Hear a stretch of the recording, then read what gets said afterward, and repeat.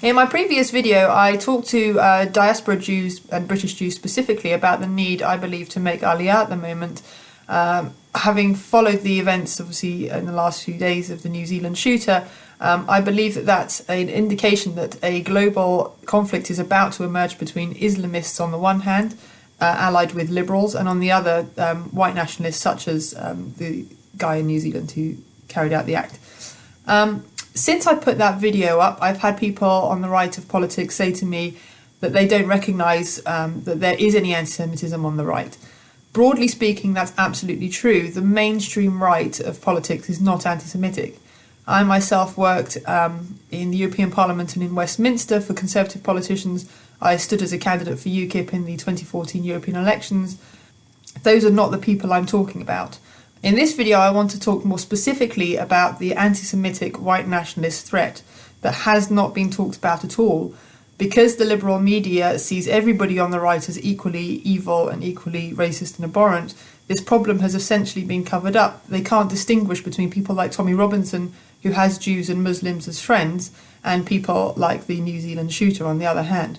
So I want to delve a little bit more into what these people think, where they're coming from politically, who they are, and just talk a little bit more about that sort of thing. I want to start by explaining a little bit about who I'm not talking about here.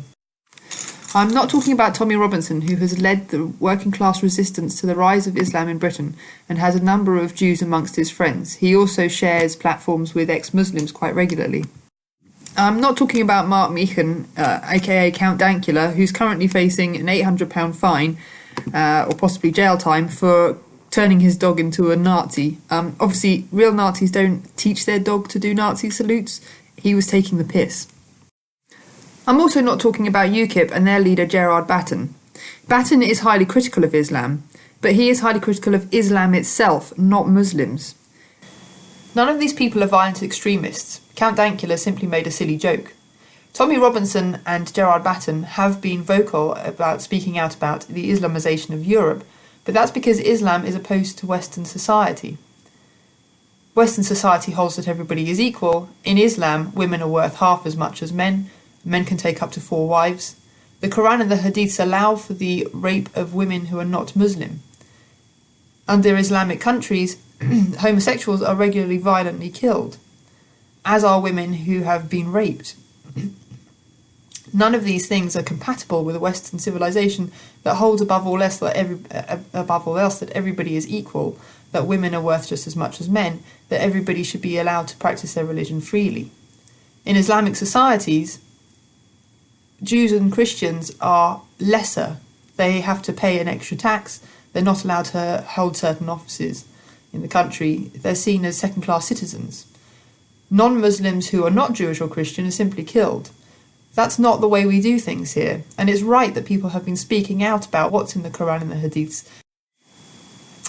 So if not people like Tommy Robinson and Gerard Batten and his party UKIP, where is the threat coming from on the right?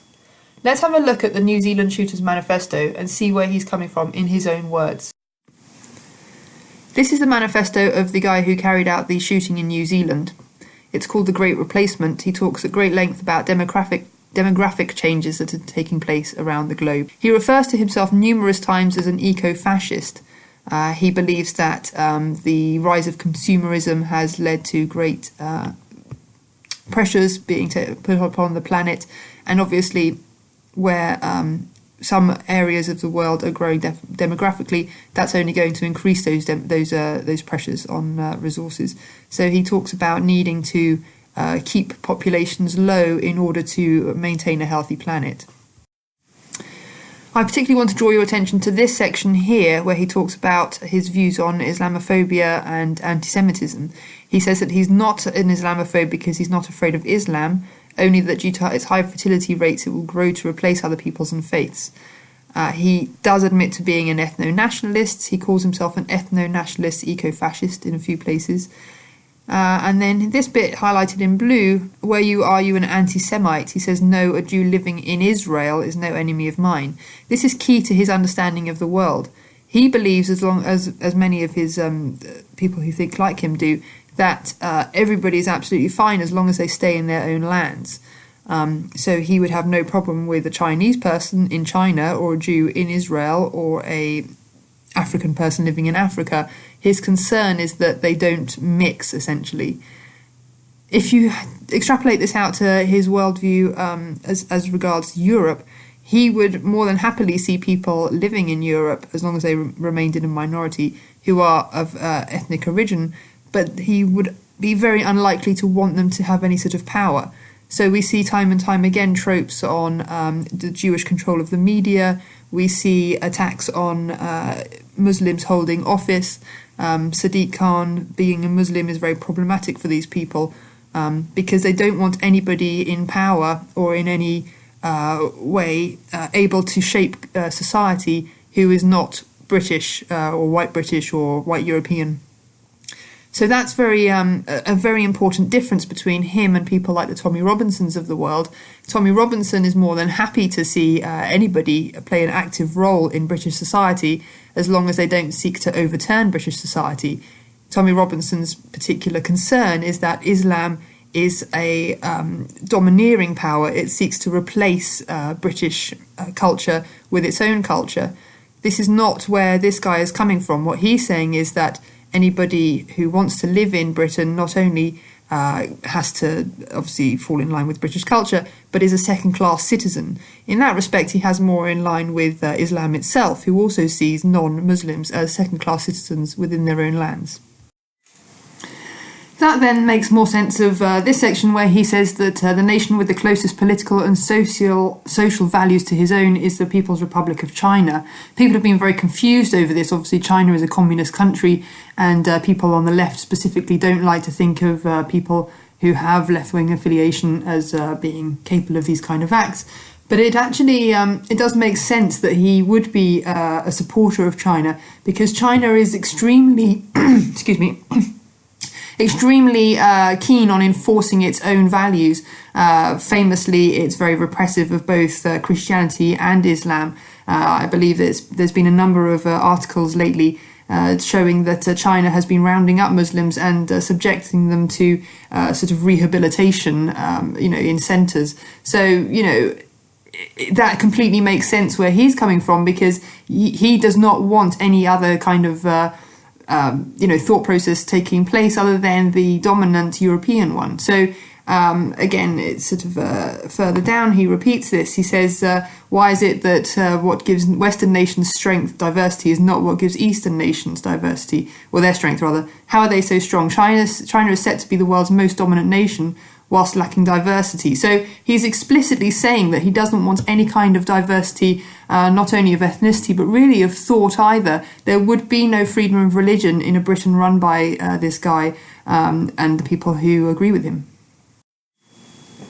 So that's really the key to understanding the main difference between the mainstream right and these people like the New Zealand shooter, who are violent in their intentions.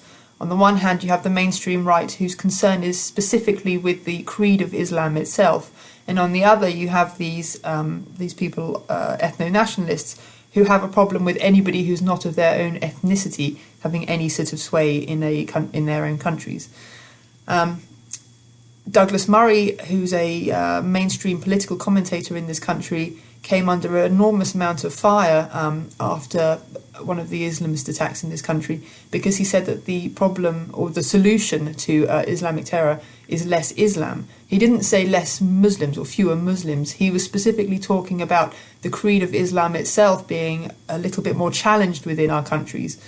And people like Tommy Robinson, who again has had an enormous amount of trouble within our society for daring to speak up about these issues, again would argue that Islam itself is the problem, that some of the ideas in the Quran and the Hadiths are very contentious, very problematic in our society and need to be vocally challenged. They're not saying that Muslims themselves need to be challenged. And I'm going to show you a couple of images now from the guns that he used to carry out the attacks. It just gives a little bit more understanding about where these guys are coming from, what their concerns are, and how the anti-Semitism is actually quite key to their creed. So this is 3 magazines that belong to the New Zealand shooter. At the top you can see it says For Rotherham, which is obviously a reference to the grooming gang scandal that took place there. much has been made in our media about the fact that that's there. It's sort of seen as evidence of his Islamophobia, as if, you know, killing Muslims isn't. But it's been used to kind of link his actions to the broader concerns that people have about Islam. Obviously, Tommy Robinson makes much of the fact that these girls were attacked. I believe he knows people within his own family who suffered similarly.